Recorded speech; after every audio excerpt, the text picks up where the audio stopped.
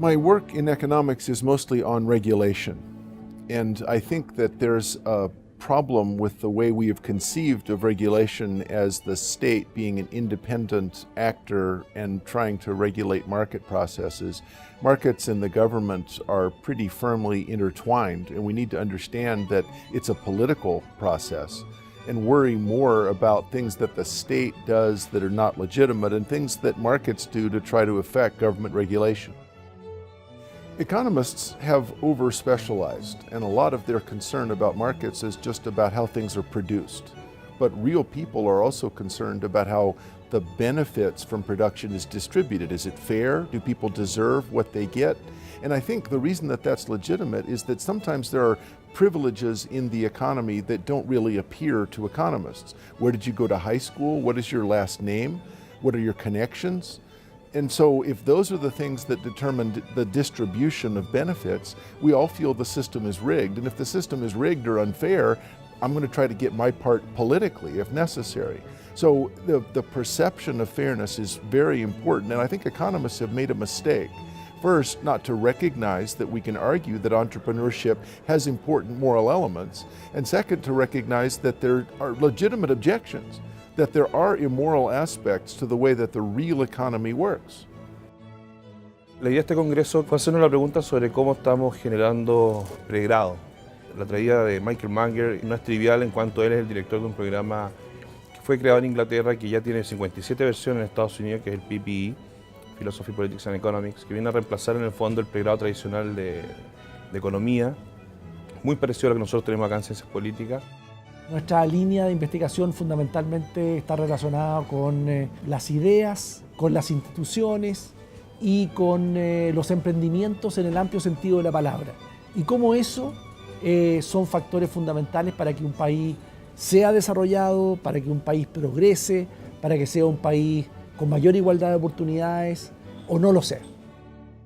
Cuando las instituciones están bien configuradas, el emprendedor es un emprendedor que genera oportunidades, ¿cierto?, de desarrollo, innova, crea. Y cuando las condiciones institucionales están mal configuradas, el emprendedor se puede transformar en, como decía un profesor hoy día, un rent seeker. Alguien que simplemente busca sacar ventaja asociado con el mundo político, asociado con reglas del juego que son diferentes para él. Por lo tanto, el emprendedor per se es alguien que tiene la compulsión de emprender y en función del contexto en el cual se encuentra, va a ser el tipo de emprendedor el que se transforma. Es ahí la importancia del seminario y ahí la importancia de las instituciones. Hay que cuidarlas, ¿cierto? Porque tienen que estar configuradas de una manera tal que generen emprendedores que sean productivos y que aporten al país. El emprendimiento me parece que es un motor relevante del modelo económico que hoy día tenemos en nuestro país. De alguna manera, en la medida que existe emprendimiento, existe movimiento, ¿no es cierto?, en una economía que se articula desde la competencia. Pero desde mi punto de vista no es en sí mismo intrínsecamente bueno, ni tampoco intrínsecamente malo. Creo que uno de los riesgos del emprendimiento es que muchas veces se tiende a concebir neutralmente como si fuese siempre benigno, algo así como las vitaminas, pero no siempre lo es, porque las condiciones para el emprendimiento no están necesariamente dadas ni son necesariamente iguales para todas las personas que quisieran desenvolverse con él.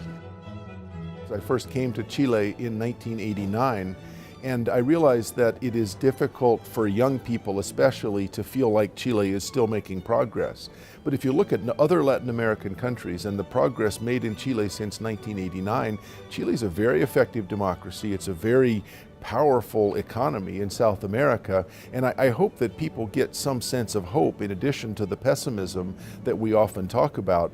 The fact is, if we can unleash the cooperative power, and the way that this sort of event makes that clear, if we can unleash the cooperative power of the citizens of Chile, Chile can continue to be a very successful country.